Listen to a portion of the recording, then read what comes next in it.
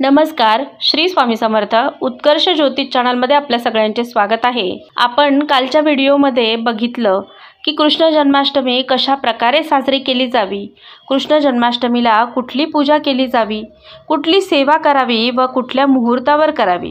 आजचा व्हिडिओ थोडासा वेगळा आहे। वेगळा यासाठी की अष्टमी तिथी म्हणजे काय किंवा अष्टमी तिथीला युनिवर्सकडून आपल्याला काय मिळू शकतं या संबंधित थोडीशी माहिती आणि चर्चा करूया। आणि सोबतच कृष्णाची कुठली सेवा केली जावी ज्यामुळे आपल्याला फक्त संतती प्राप्तीतील अडथळे दूर झालेले नकोत, तर सर्व सुख प्राप्ती होईल आणि भविष्याची चिंताही असेल तर ती दूर होऊन आपला उद्धार होईल। असा कुठला उपाय करता येईल का याबाबतही आजच्या व्हिडिओमध्ये आपण चर्चा करणार आहोत। सोबतच जन्माष्टमीच्या आणि श्रावणी सोमवारी असलेल्या जन्माष्टमीच्या उपवासामधला डिफरन्स किंवा फरक आपण जाणून घेणार आहोत। मग काय करावे हे सर्व जाणून घेण्यासाठी आजचा व्हिडिओ शेवटपर्यंत नक्की बघा। चला तर मग अधिक माहिती जाणून घेऊया। परंतु त्यापूर्वी आपण जर माझ्या चॅनलला अजूनही सबस्क्राइब केलं नसेल तर ते आज अवश्य करा आणि सोबतच माझे व्हिडिओ आवडत असतील तर लाईक आणि शेअर करायला सुद्धा विसरू नका। श्रीकृष्ण जन्माष्टमी किंवा गोकुळाष्टमी आपण ज्याला म्हणतो ती अष्टमी सर्वात महत्त्वाची मानली जाते आणि शक्तिशाली देखील मानली जाते, कारण अष्टमी तिथी ही मध्यवर्ती तिथी मानली जाते। 15 तिथी मिळून एक पक्ष होत असेल तर अष्टमी तिथी ही केंद्र तिथी म्हणून मानली जाते। ही केंद्र तिथी यामुळे की अष्टमीच्या आधी 7 तिथी येतात आणि अष्टमीच्या नंतर 7 तिथी येतात।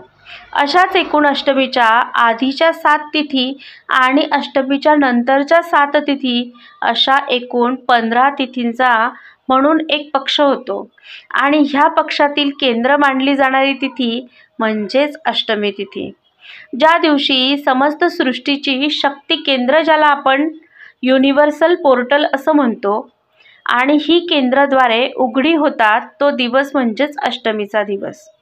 त्यातल्या त्यात श्रावण महिन्यातील कृष्ण अष्टमी तिथीला जन्माष्टमी असे म्हटले जाते आणि म्हणूनच या अष्टमीला अनन्यसाधारण असे महत्त्व देखील आहे, कारण श्रावण महिन्यात सूर्य आणि चंद्र दोन्हीही ग्रह स्वतःच्या राशीत आणि चंद्र रोहिणी नक्षत्रात विराजमान असतो। मनाचा कारक चंद्र आणि आत्म्याचा कारक रवी आपल्या संपूर्ण कलांनी पूर्ण असतात आणि या दोघींचा सुंदर असा मिलाप आपल्याला पाहायला मिळतो तो श्रावण महिन्यात।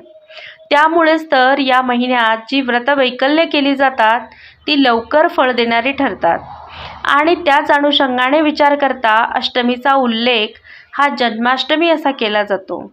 खरे तर ही अष्टमी भगवान श्रीकृष्णांना जन्म देणारी असली तरी प्रत्येक जीवाला नवीन जन्म प्रदान करणारी अशीच आहे।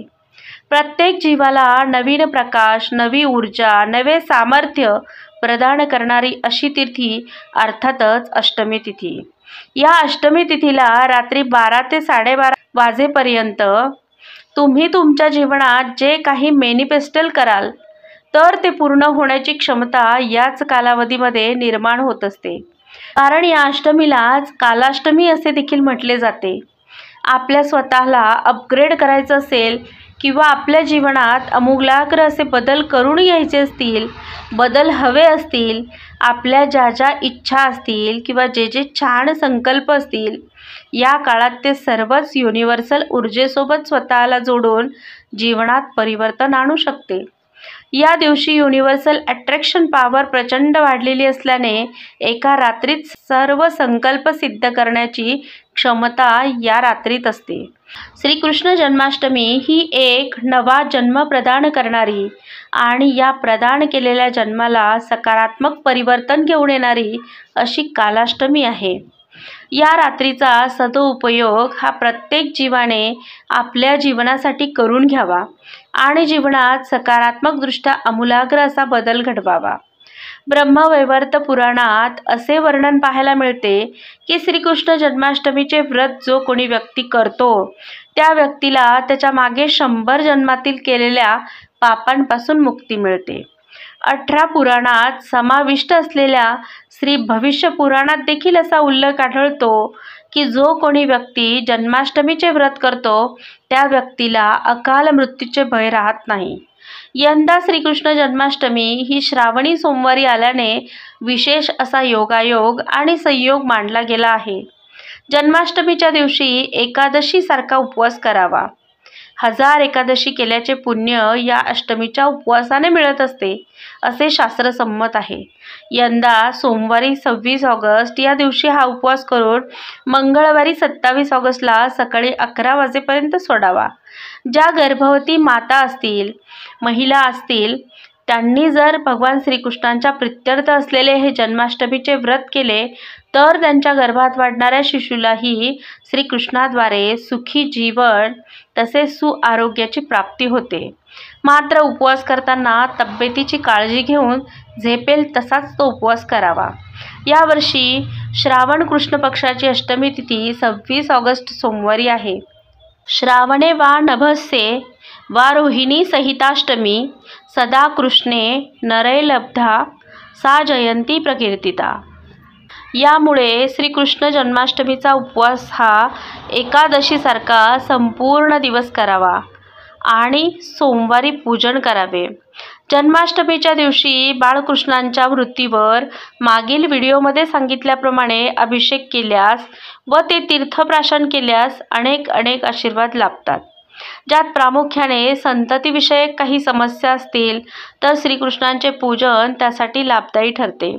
त्याबरोबर ज्या महिलांना पती सौख्य नसेल किंवा पती प्रेमात कमतरता असेल त्यांनाही या अष्टमीच्या बाळकृष्णाच्या सेवेने लाभ होतो। एकंदरच जो कोणी गोकुळ अष्टमीचा उपवास करतो त्याचं घर गोकुळासमान आनंदी आणि समृद्ध होते। म्हणून आजच्या व्हिडिओतील ही माहिती महत्त्वाची वाटली, आपल्यापर्यंत पोहोचवली। व्हिडिओ आवडला असेल तर लाईक आणि शेअर करा। धन्यवाद। श्री स्वामी समर्थ।